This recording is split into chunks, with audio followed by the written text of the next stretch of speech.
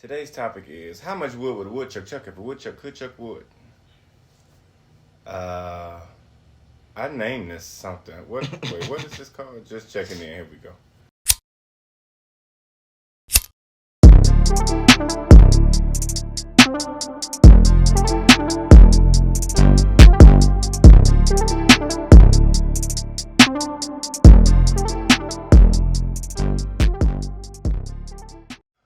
What up?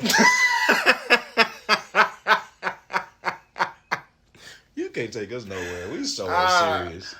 What up? Welcome back to the podcast. You are now with us for Just Checking In. And I just got invited into Paul's crib. So I am here joining you, everybody's favorite uncle, Uncle Donald, and I am in the home of Mr. Qualified, per usual. How y'all doing? Hope everybody's well today. Yeah. Yeah. And we get another in-person check-in. Y'all, yes. You know he fired me that one time? Well, guess what? He invited me back into his crib. Ain't God good? You have been invited here since then. Has it been on camera? This firing has It has not been on camera. So it didn't count? Y'all heard it here first. I got invited back to the crib. I got invited to the team and back in the crib. The full circle moment. Look at that. And I'm good with that. I plead the fifth. Pointing out the shirt, first of all, shout out to my Duran fans. Wait, can you even see this? Yeah. Yes, okay, yeah. Shout out to the Duran merch that I got at his concert. Is that the one from Chicago? It is. Okay. I bought the socks, but I ain't wear them. Y'all couldn't see them no way, so, it's I'm not going to curse, but, it's got some words on the side, but, If you know, you know. Yeah. So, thanks for opening up the crib. Oh, of course. The in-person vibes are always immaculate, so.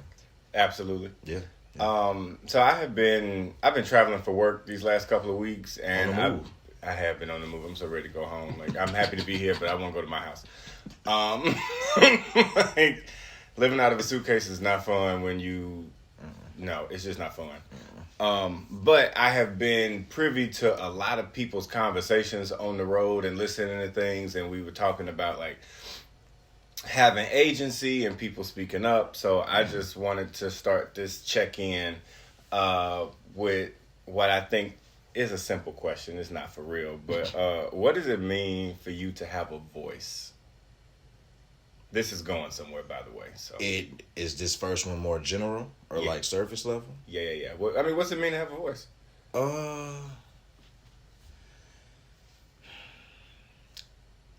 In a weird way, I guess for me right now, I think what it means to have a voice is to have power. Because I think that comes in the realization of your voice being relevant and your voice being meaningful. I think you can say, being able to speak up, being able to feel like you're being heard. Mm-hmm. But I think there's a power in knowing that even if it's not heard by everybody, it's heard by who's supposed to hear it. So for me, that's kind of how I would describe what having a voice means to me, is finding power in it.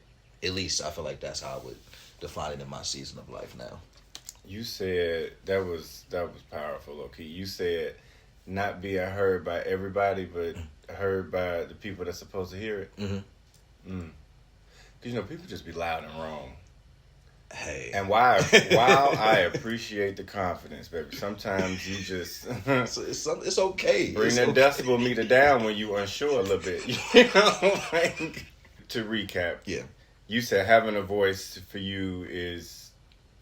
Just knowing the power in it, and knowing that power comes from your voice being something or meaning something to someone.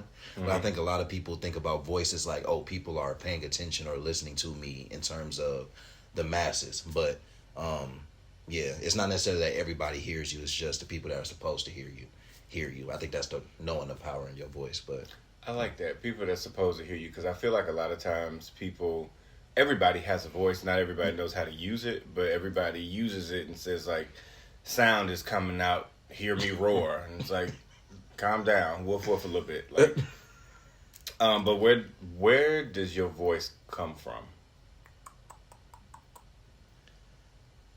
I think mine comes from, well, like my experience, yes, but honestly, I think mine comes from vulnerability. I think that that's always been a part of my expression naturally. And I think that whether it's what I consider my voice to be amongst friends, or whether I think about it as a content creator or as a creative in general, I think it's based in the vulnerability of not necessarily being afraid to express some of my truths, and that's been in a journey in and of itself. But I think getting to a place where that's become very comfortable for me and second nature for me. I think I forgot exactly how you asked it or where does your voice come from? Where does it come from? I think it comes from that, like me being comfortable in my vulnerability, that I'm able to confidently express things that aren't always the greatest, or don't always paint me as perfect, because it's just me being more comfortable with life and everything that comes with it. But I think that's where it comes from, at least speaking from me now. From your vulnerability? Yeah. I'd probably say mine comes from confidence and experience.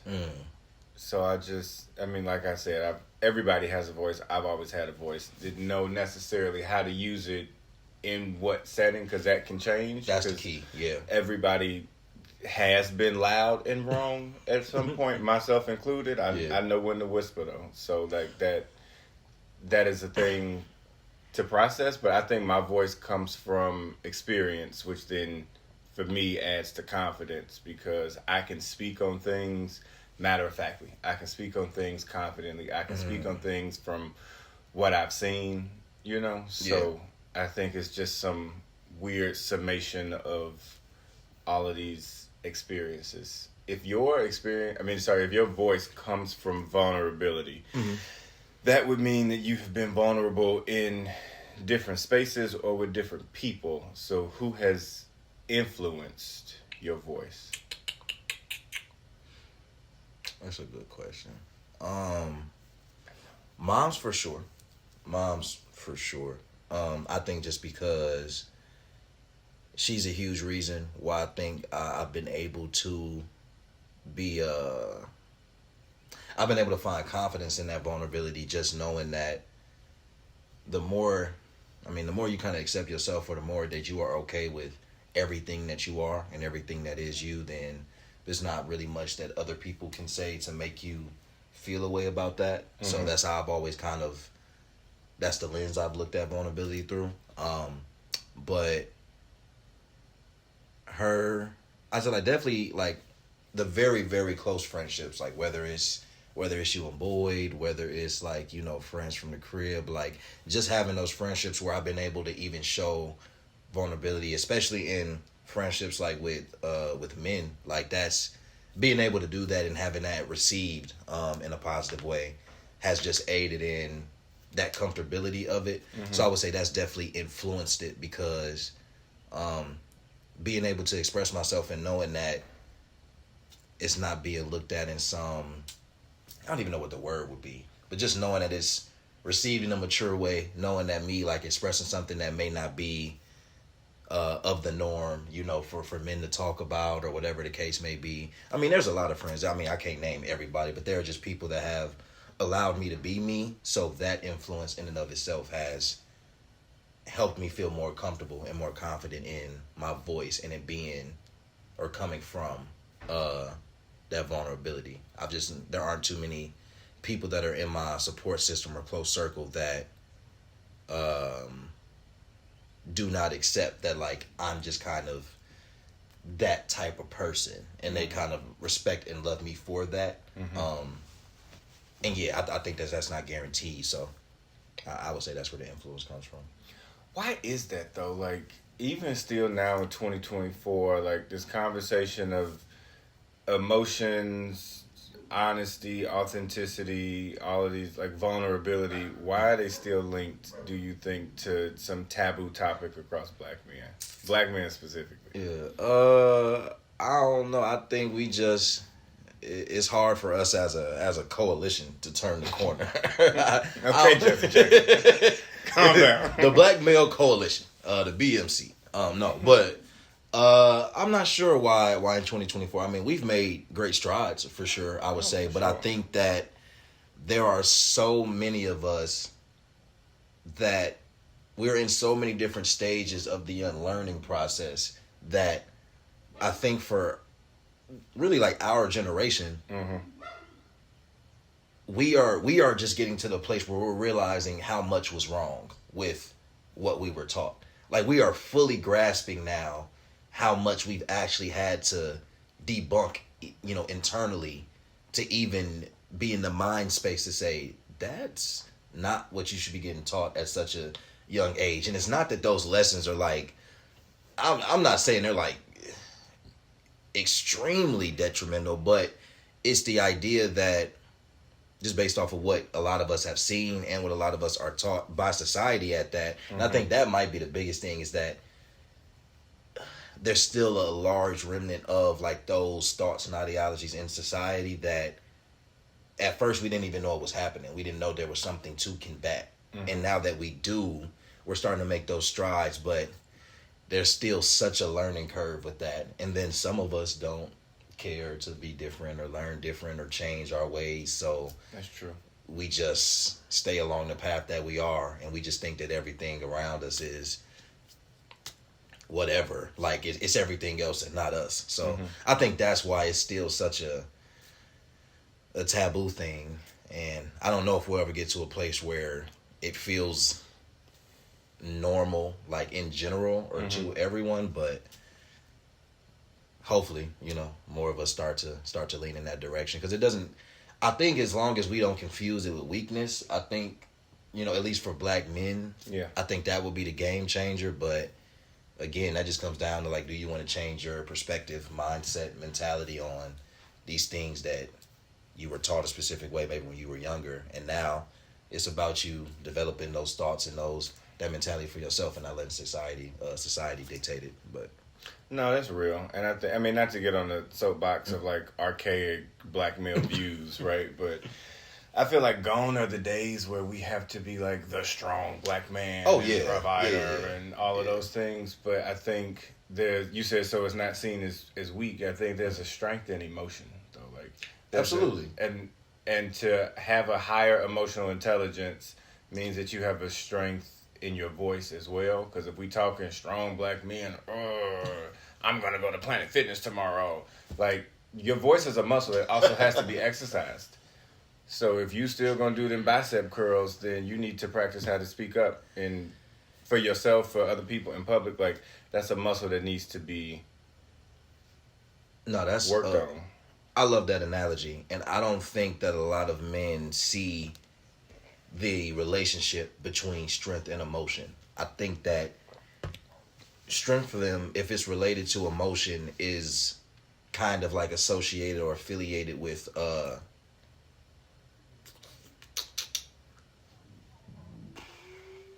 dominance. Like, and maybe dominance is the exact word I'm thinking about, but it's the idea that like control. That's what I'm thinking about. I think for men, strength is in control. So for us, controlling our emotions is pushing them down. I'm sorry. I didn't mean to laugh. I could only hear Janet Jackson. Control! Okay, sorry. You were having a real moment. No, that's a bop though. But that's such a interesting relationship, for men in general. But I think that any type of feeling emotion, any emotion of because even when you talk about emotional intelligence to me is understanding like, nah, this is not something I'm comfortable with. This is not something I feel confident in. This is not like but acknowledging that doesn't mean, it doesn't have to mean anything negative. It's just a reality, and we're human. But for us as black men, it's like we've kind of been stripped of the ability to have that without being judged for it in a way that kind of dictates our importance and our relevance. So it's been hard to feel like we can do that without thinking that that's kind of like setting us back. But speaking to that, I think men just learning how to communicate better in general goes back to your case about exercising the muscle of your voice, because a man should be able to say, hey, no, I'm not, even if you don't know why, like just being able to say, I'm not feeling this, I'm not confident in this, I'm not sure how to make this happen. It doesn't mean you won't figure it out. It doesn't mean that people don't trust you to figure it out, but you got to be real with yourself and know that if you confused, you're confused. And that happens. People get confused all the time. But I think a lot of us feel like we got to be perfect, even though we have no idea what that is. But in our minds, we're like, we just got to figure it out. And I think that if we can just kind of change the framework of it, to not be so detrimental and so one-sided. But yeah, got to learn how to exercise our voice in a lot of different capacities, because I don't think we utilize it as much as we should in general. And I don't think that black men understand at all how powerful our voice can be, especially when we show up authentically with that emotional intelligence, though. But it's all about experiences at that point. No, for real. And not to get on like some historical soapbox, but I mean, like, we historically have not, and I say we being black men specifically, but people of color, black people, in that regard, like, haven't had a voice in this country. Like, we were not even seen as human at one point. Yeah. And just property and body. So it was just like, no, dance, monkey. Like, it was just, you stay quiet and do what I tell you to do. And we didn't know what agency was. Like, it just, it's real. Yeah. Slavery was terrible. I'm not, like, I say that facetiously, but it's what happened. So if you have somebody that you're not even allowing them the space to see what a voice is and to practice it, it's just kind of weird. So, like, hearing you say all those things, even though I said they come from my experiences, I feel like my voice has primarily been shaped by my mother, by Alpha in general. I feel like Very true.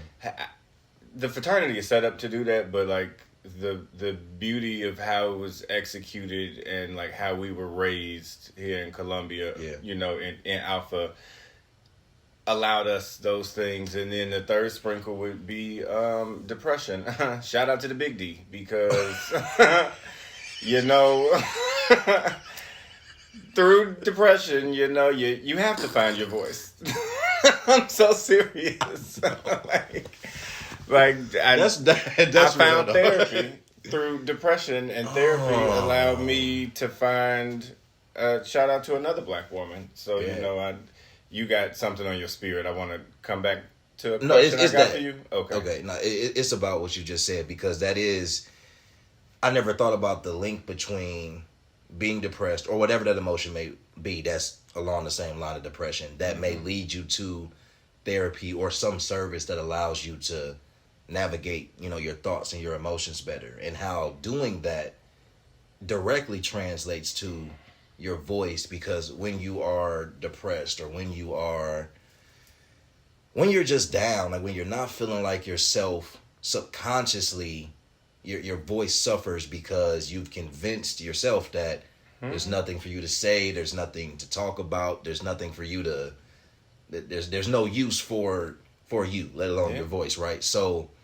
at least I know in my experience, and you can definitely touch on this too, because I don't think we've, at least not on camera, we haven't talked about this, but therapy has definitely done that for me, because therapy has always been something that's been helpful in the sense of me kind of being able to compartmentalize my thoughts and my emotions. But I think something I've realized in this second stint is that there's a lot of things that I didn't know. There's a lot of feelings and emotions I didn't know how to articulate.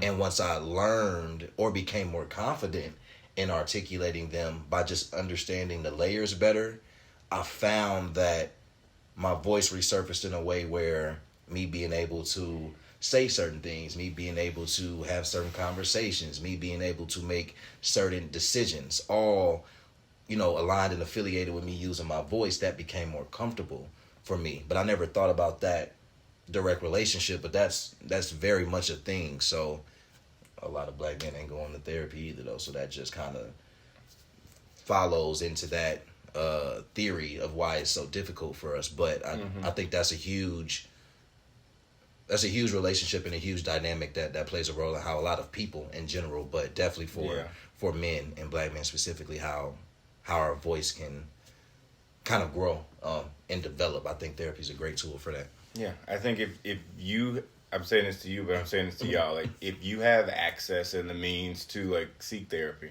because I feel like I was raised by an older generation. I mean, as we all were, but like my people was old for real, you know. So like that was a generation of therapy. Therapy is for the crazy. You put your mom out there. That's crazy. I mean, well, I'm going even past that, but I mean, true, yeah. My mom was the same age as Ruby Bridges, so you think about Ruby Bridges and what you learn in school, and it's like this happened so long ago. But I'm like, damn, y'all could have been kicking it together. Like y'all are peers.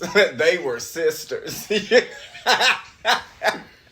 But I'm not, Mama. I'm not gonna put you out there like that. But I do have a story of when the age of my mama made sense. Okay. Like when I was like, oh, you were around during that time. No, I had that story, but I won't.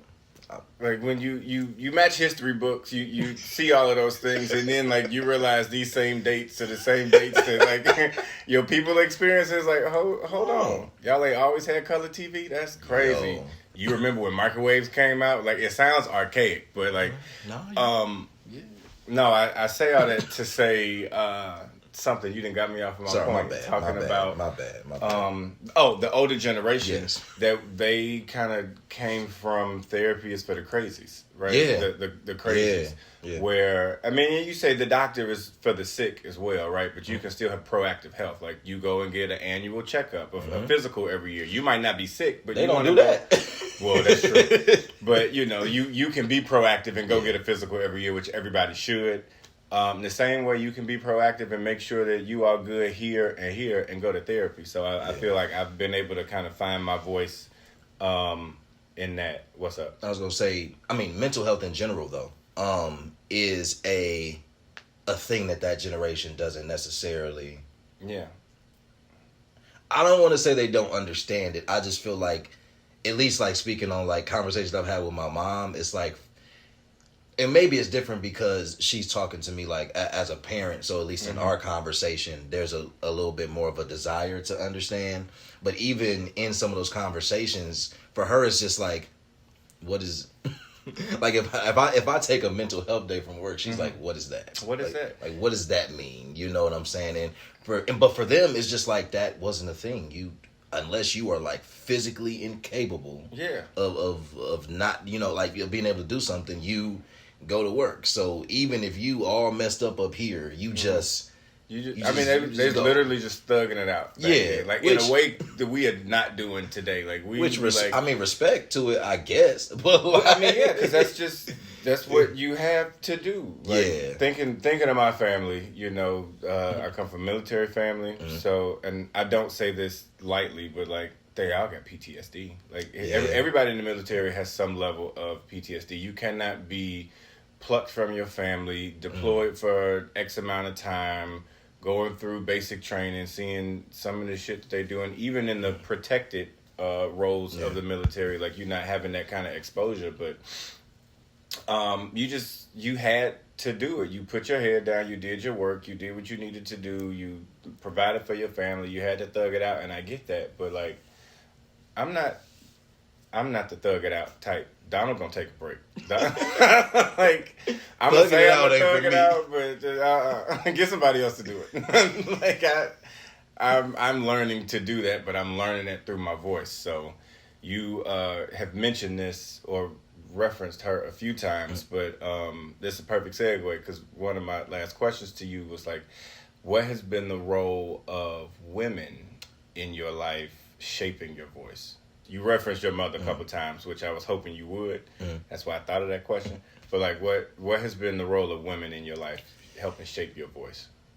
Yeah, no, they've really, I won't say they played the only role, but they the star. They the leading actress in this movie. But that's because I was essentially raised by all women, you know, for the most part. So my mom.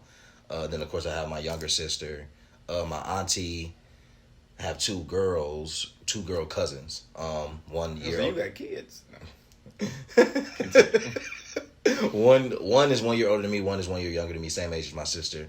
And then both my grandmas. One of my grandfathers passed before I was born, and the other passed when I was about 10. Mm-hmm. So for the majority of my upbringing, my main family was women, or at least who I lived with. Was brought up with, stuff like that. So in regards to my voice, I think it's funny because very early on, subconsciously, I feel like my mom kind of tried to implement this man of the house idea. Mm-hmm. She may say otherwise, but it's something we always laugh about now because it's something she always saw and acknowledged. Mm-hmm. And kind of regardless of how it developed, it was just something I feel like she felt sad that I felt like I needed to do it, but I also feel like she respected the fact that I kind of took on that responsibility for whatever it meant at the time. Mm-hmm. But in terms of my voice, I think she, as a woman, she tried to push me and challenge me to be a man and develop as a man in the only way that she knew how.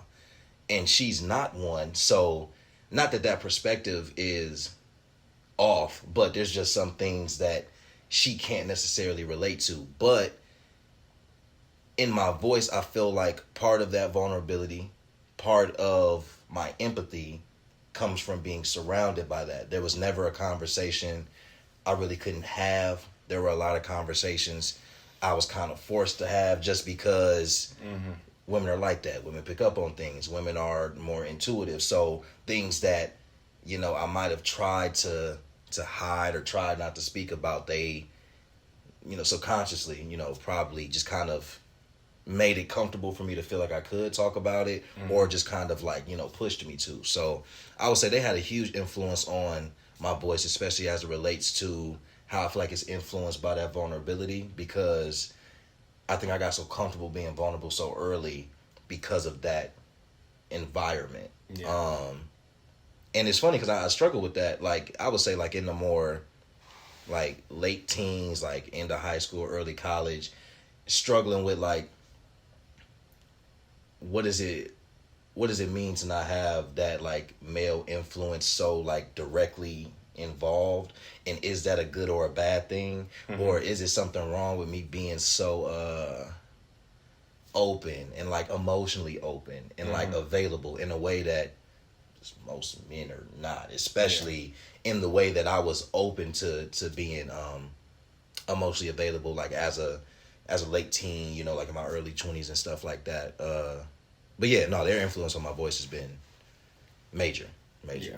Because I didn't grow up with that gender norm conversation. Like, my mama wasn't raising. Shout out to K Michelle if y'all in there, can't raise a man. Like, you actually can. It's like, yes, no, it's not dead ass. You really can. Because to say, and shout out to all the single parents out there, that are raising one or multiple kids or whatever's going on with your situation. But, like, you're raising a child. You're raising a person. You're raising a human. You might not know the mechanics of their gender identity, gender expression, or whatever that may be, right? But you still know what it means to, like, be a living, breathing human. So, like, my mama raised us on, like, morals and characters. And it wasn't like, oh, you mentioned the man in the house kind of thing. Yeah. It fell into that vibe, but it was more head of household. Yeah, no, absolutely. So it was like, even with my sister, my mother raised us to be as independent as we are now. And because we've had that, like, training ground of independence, we now can be this raised man, this raised woman. And the, like, character building around child rearing is where I think my mama gave me my voice. I also was raised by women with my grandmother. My sister's 10 years older than me, so that was an influence. And then two of my closest friends, Mariah and Alice, I feel like even as adults, I'm learning so much from them and, like, shaping my voice as well. So shout out to Mama Paul, shout out to my mama, shout out to all women. Shout out to black women specifically, because that has been where my voice has come from. Even Wanda, my therapist, shout out to you. See you next Friday. No, but that's a real thing too, and that kind of segues into like my last rebuttal counter question or whatever. But one, to your point about black women, there is something about the way they see you. I need a church fan. Yes. Listen. But yeah, to be seen. Come on. Yes, something about the way that they see you, and men just don't have a knack for doing this. Like, not naturally, they can, and some do, but it's a smaller population. But for the most part, I don't know if most of the black women that I know and have been able to form close relationships with, their ability to speak life into you is unmatched. And I think that is huge, because whether it's I could not see Miss V for 6 months, but if I sit down with her and talk with her for 30 minutes, I just know I'm gonna walk away feeling a bit more energized and a bit more refreshed about how to approach life. I'm already knowing, so it's just it's that type of vibe where, yeah, that's unmatched. But my question was going to be, when do you feel like there was a distinct moment or time that you realized that you found your voice? Like, is there a moment you can pick out and say, yeah, this situation or this time period or this season in my life is where I kind of realized I'm confident in this. Like, it'll always be evolving and stuff like that, but I found it. No, not for real. I feel like there have been stages along the way that I've had a voice, but I say, if I had to think of the first time that happened, I'm not usually one to take no for a reason, and I say this with humility. I usually get everything that I want, right? It might not be in the time that I want it, but I usually get everything that I want. So I've never really had to take no for an answer. So the times that it happens, I'm like, wait, what the hell? Let me figure this out. I got kicked out of school. I got kicked out of college. And we was talking about this reference yesterday, but I smooth got dismissed. They was like, no, Donald, don't come back ever. They sent me a nice little letter. But I was like, I can't believe that this is the case. So I ended up talking to my academic advisor, and he was like, no, you can't do this. And he just kept telling me no. And I was like, oh. I was in the middle of switching my majors, though. So I ended up talking to another academic advisor and found this super secret loophole for me to come back on a probationary period.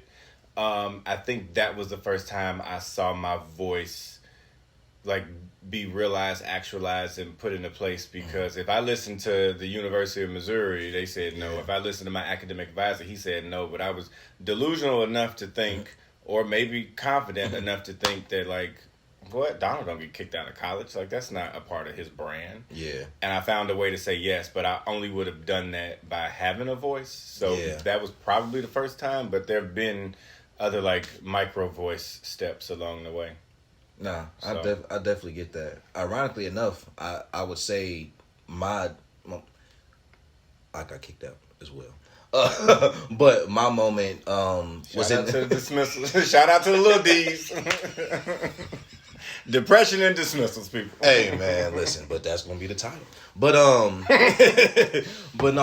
I wrote my appeal myself. And I wrote it before my mom had a chance to come in and do mom mode and write it. Mm-hmm. And she was even, I think, shocked in the moment that I kind of just took the initiative myself to do it. Yeah. But in that, I wrote that. I had to tell them, hey, these are things I've experienced in the last year and a half that aren't excuses, but just reasons why it was more difficult for me to do A, B, C. And I think even me just having that same thought of nah, bro, this can't be it. You ain't leave the crib to come here to go back over something that you can control. You know what I'm saying? So I think that was another moment where it's even if it was the confidence booster, it might not have been my voice has changed over time, so I look at a lot of things more so with a recency bias, but I think then was the start of understanding the importance of my voice for sure, and knowing that it was something I had to continuously develop and be more confident in. So yeah. Big D's and little D's. It's crazy. That's one hell of a check-in. The moral of the story of this is that everybody has a voice. You should learn to use it so you don't lose it, and you should also learn to listen to your voice so you can exercise it yourself, because if you don't listen to yourself, you can't listen to nobody else. Like, if you don't have self-awareness and understanding, like, if you don't talk to that little drummer boy inside your head, then who are you really having conversations with? So use your voice. And on that note, great conversation, great banter, a lot of laughs, a lot of gems. Intern Keith Lee, get this episode 10 out of 10. I'm hollering. And with that, we'll catch y'all on the next episode. Peace.